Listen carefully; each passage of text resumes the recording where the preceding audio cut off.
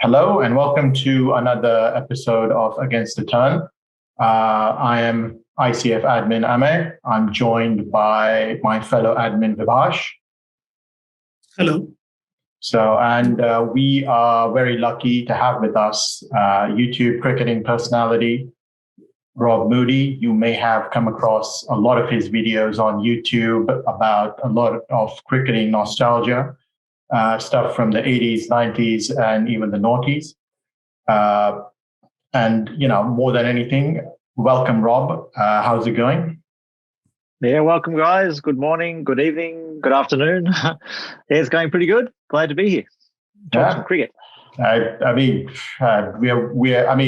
have no idea how much of a celebrity you are on Indian Cricket Fans, the forum, because a lot of people just watch your videos, they upload it, and you're a constant source of discussion. Let's put it that way, or your videos are rather. So without much ado, getting straight into it, the obvious question is, what made you get into all of this? Like, uploading videos about cricket, commenting and stuff like that. Yeah, well, I guess it was by accident. For those who can remember what it was like when you got internet, you didn't really know what to do with it. And then as it evolved throughout the early half of the 2000s, YouTube came along. Still, internet speeds were pretty poor. You couldn't do much in terms of any sort of content anywhere in the world.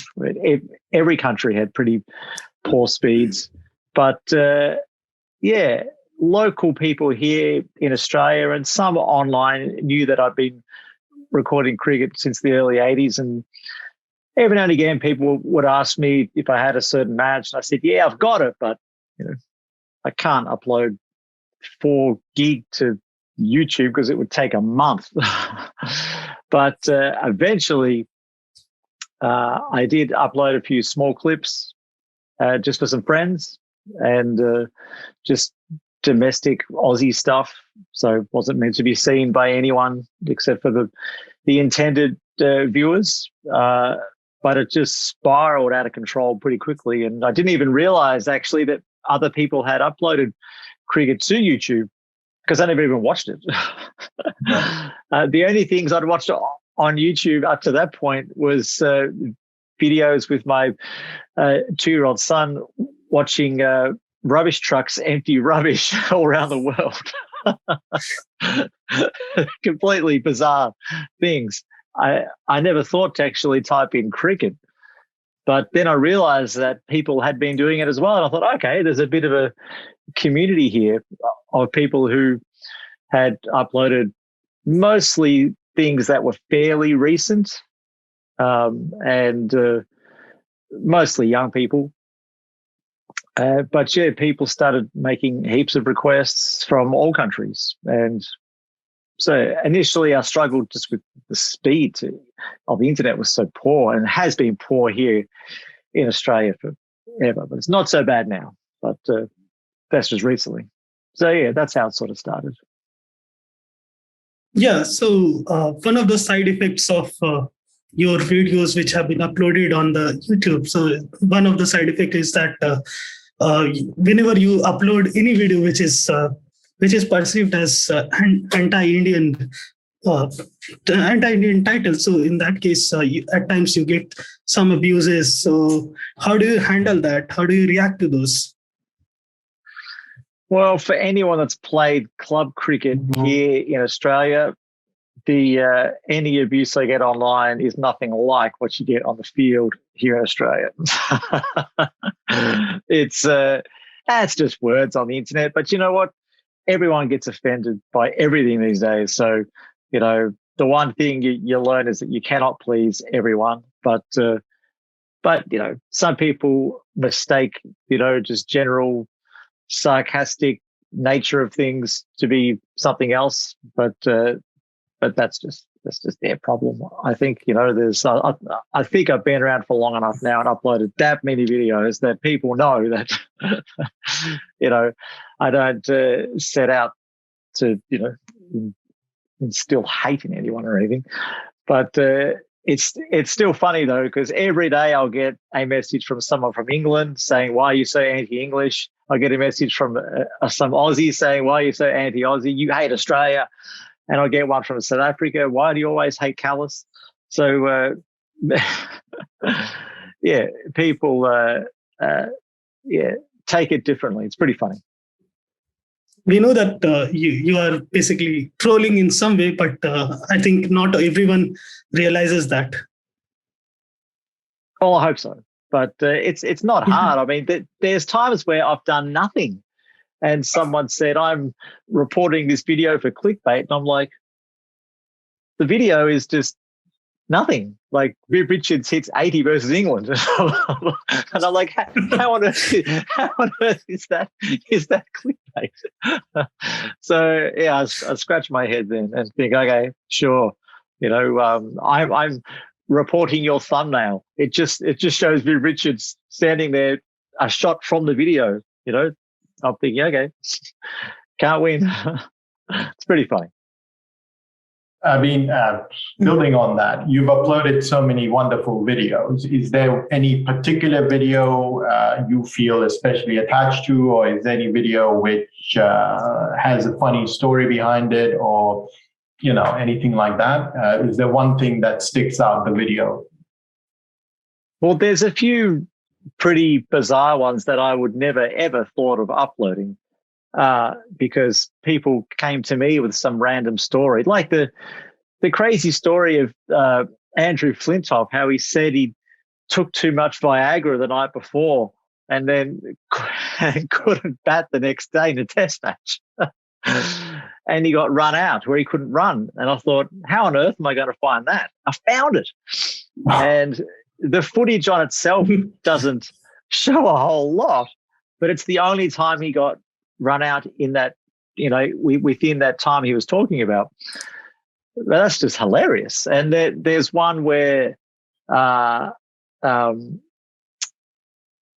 my favorite videos is the video of the 71 Curtly Ambrose bowled wickets, just because it took forever to make.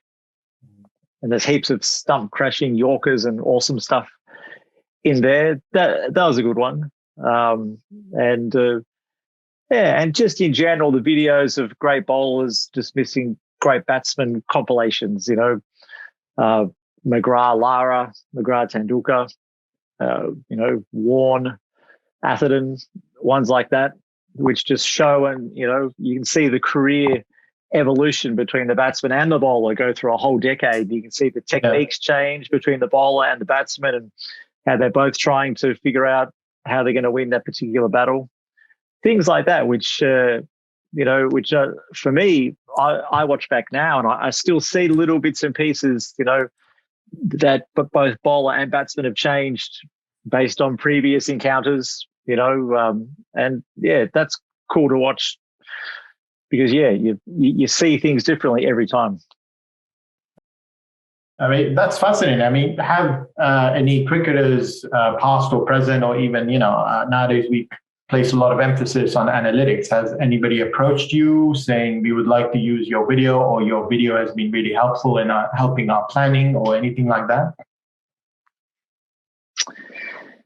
Not really. Generally, because I don't upload anything that's even close to recent. So everything's, getting pretty old. So generally, if any players reach out, it's just to say thanks, because, it's something from 15 years ago, 20 years ago, 30 years ago even.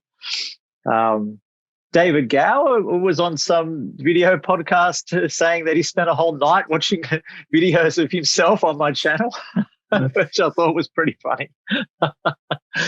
But he seems surprised, but he shouldn't be. But yeah, mostly the former players just like seeing the old footage, and not just the really well-known players, lots of domestic players or guys that played one or two games for their country. They're always surprised to see something random and great bit of fielding that they forgot about. from a domestic match or something, and which is kind of funny because as a general fan, I've always just assumed that if you played on TV, surely you would have video of of that match, right? You just assume that they've got a library, like if you walked into Jeff Boycott's house, you would figure he's got 2-story video archive of every ball he ever faced in Test cricket. But it turns out they don't. Some players do, but for the majority, most of them don't actually have any footage of their playing career. And you just can't even fathom that, well, I can't anyway. I just figure they've got everything. So, I've sent hundreds and hundreds of hours of footage to former players, which is really cool because what else am I doing with it? It's just sitting here. So it may as well go to the players who are actually performing on the footage. Yeah, so one of the great part of your videos is that people are able to relive those experiences, old experiences, basically. So, has there any been in this instance of any video which has a popular narrative built around it, and your video actually contradicted that one, or it turned out to be somewhat opposite to that? Yeah, there's a few over the years. The first one that comes to mind is the 87 World Cup, where Sachin Tendulkar was a ball boy. Wow. And people have narrowed down the match where he was a ball boy. And I've got all the footage and uploaded it. Doesn't really look like Sachin at all, but I watched the whole thing, and I've got every, some footage of every ball boy, and there's only one that could closely resemble Tendulkar, and it sort of does, sort of doesn't, but but the footage speaks for itself. But I'm not sure about others. I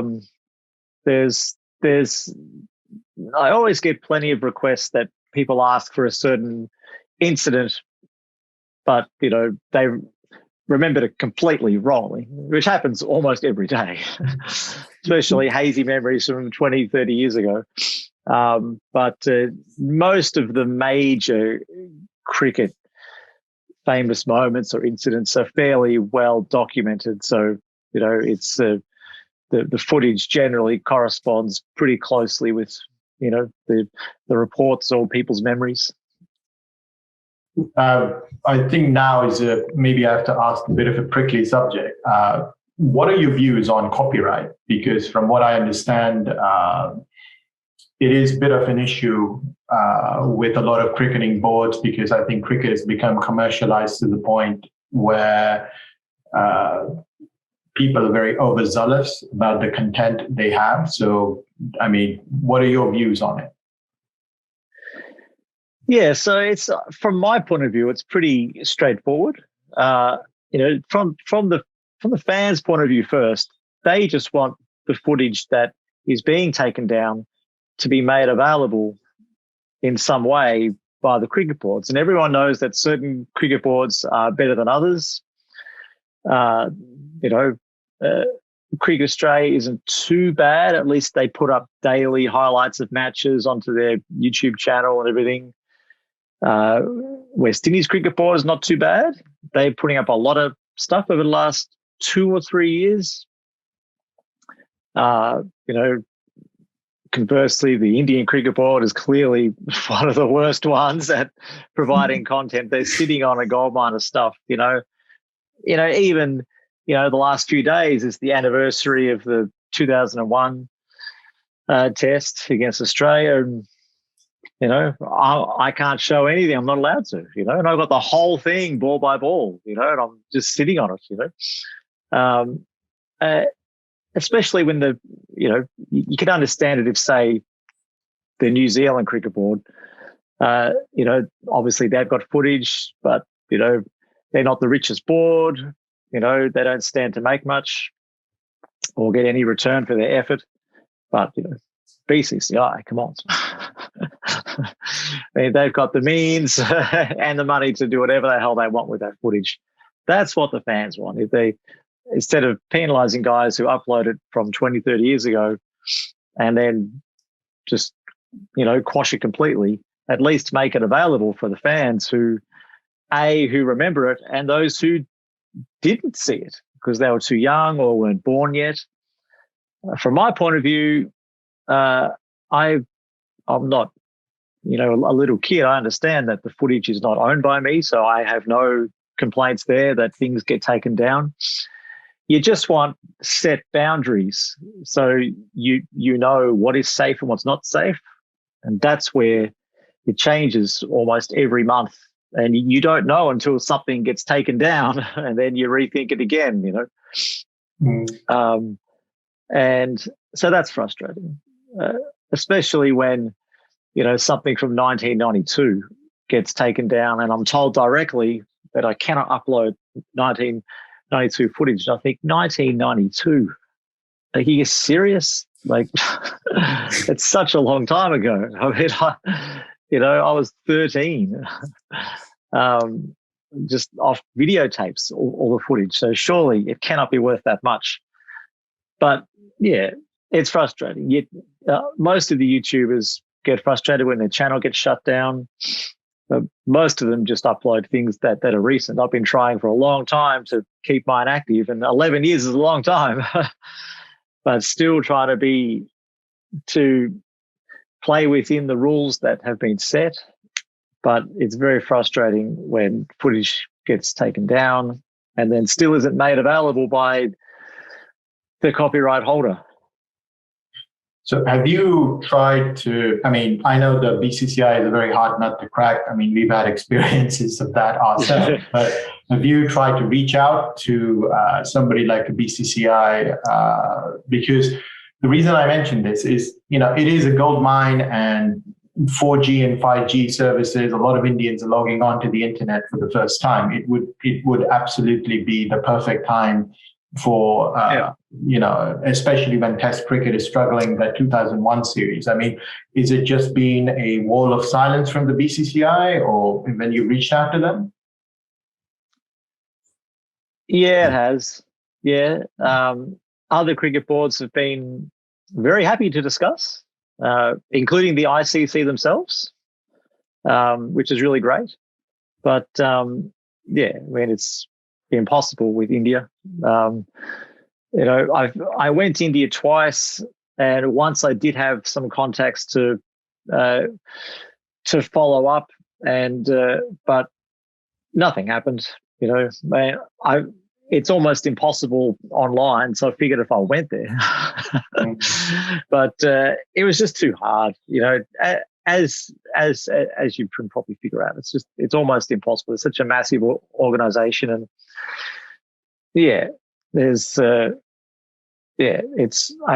for me, it's just in the too hard basket. There's unless something miraculous happened. And it's not just me. There's others who have tried too. There's a few Indian guys who are huge fans of cricket and got their own archives. They've tried to reach out as well to even the players themselves, and too hard, just too hard. I completely understand, because again, Indian Cricket Fans is a forum, and there are so many times when people upload something.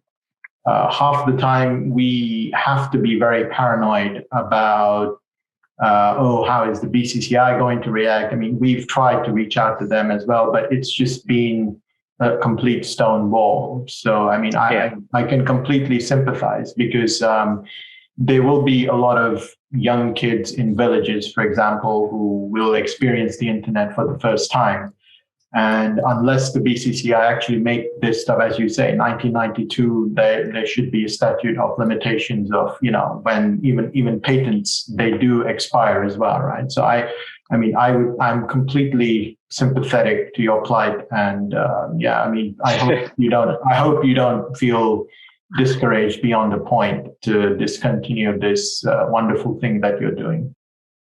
Yeah. So since you mentioned 1992, so which is the oldest video, oldest cricket clip that you have in your archive, not just on YouTube, in your archive? I don't know, actually. To be honest, I don't. I only really keep the stuff that I like. I'm not a crazy collector like some people are. I don't collect for the sake of just collecting and archiving. So I've never really sought out in any great effort really old footage just because it doesn't interest me at all. You know, I can take sort of, 60s cricket onwards, but I've got footage, from the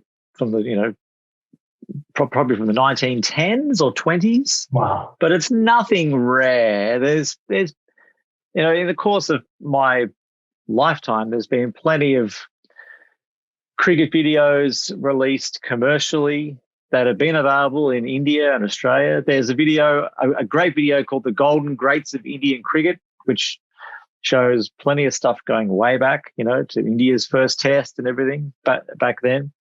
So most of the footage that is super old, like 10s, 20s, 30s of the last century, has been made public anyway.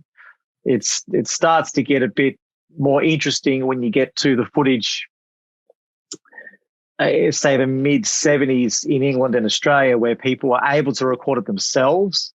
That's where the golden age starts, because that's where you get people who have recorded entire matches from 1976. So that stuff's rare. From those years onwards, when the home video revolution started in Australia and England, and started in America, obviously, but that's the era where the home collector started. Prior to that, it was all just random tape reel footage and handheld camera stuff, really old stuff from 20s, 30s, 40s. But that stuff doesn't particularly interest me in terms of just wanting to sit down and watch it. And that's sort of what I base my personal taste is around that. So you have been watching cricket for over 30 years now, and you have seen other videos also. So in that case, what do you think? How has cricket changed in these years? Well, yeah, it's changed a lot. I mean, people actually used to go to one-day games.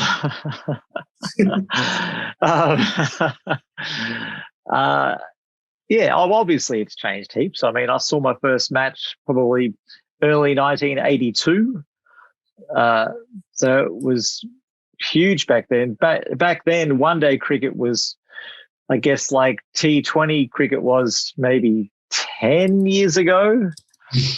It was pretty exciting. But, a one-day match where, where someone hit a single six was talked about for a week because it was impossible to hit a six. The MCG back in 1982 was huge. The Wacker, these sort of grounds, Adelaide Oval, straight down the ground, huge grounds. You couldn't hit a six. So when a six was hit, usually by Viv Richards, it was a massive talking point. These days, no one cares if there's 26s in a single match, and half of them were complete miss hits off the edge of the bat. Faster scoring. Everyone knows the parameters have changed. Bigger bats, smaller grounds with the ropes in. Very, in general, very batsman orientated. Matches. Depends if you're an England fan.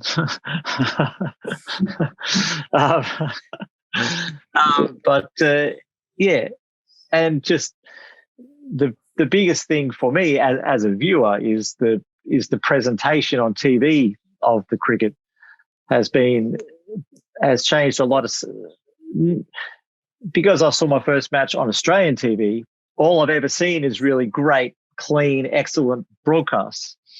So seeing cricket get better in the other countries around the world England was pretty slow, so was New Zealand.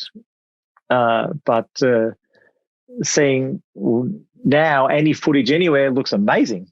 Everything's in HD and looks great. I mean, you guys will know Indian broadcasts were pretty average, to say the least, up until about 92 when England toured India.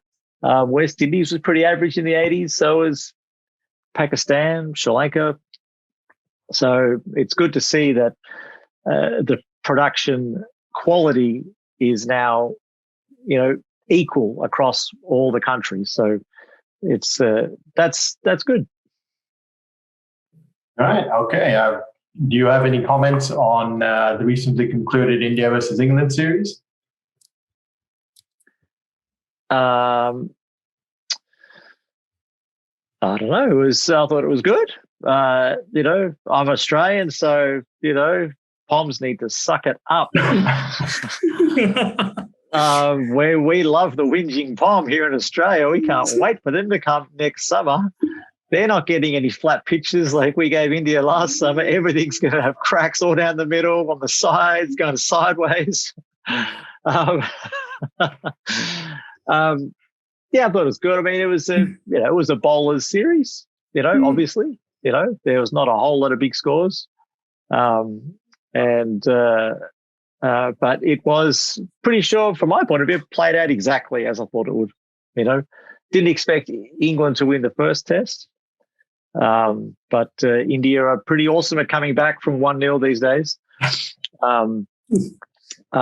So yeah, it was good. I am very much expecting England to be leaving about 6 meters of grass on all the pitches when India tour there in a couple of months. Yeah. Later this year only. Yeah, I think all the lawnmowers will be broken in England. They'll just let it grow. That's going to be pretty funny. But but I was surprised because England won in Sri Lanka pretty easily, but then Sri Lanka's pretty crappy test team at the moment. Yeah. So, and England's not great either.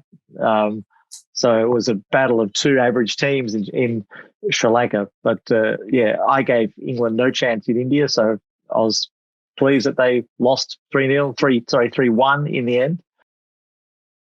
Okay. And with that, we conclude the interview.